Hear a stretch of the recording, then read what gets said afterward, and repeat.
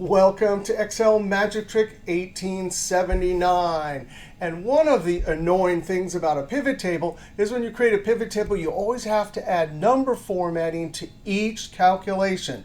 Well, Mr. Excel just posted a video a couple of days ago about an update. I'm going to click in a single cell, and instead of Insert, drop down from Table, I'm going to use Alt-NVT. Let's put it on Existing.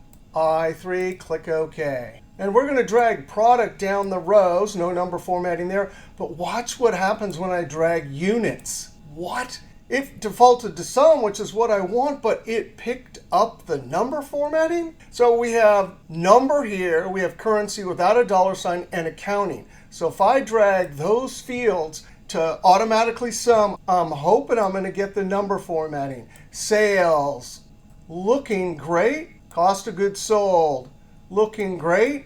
And finally, profit.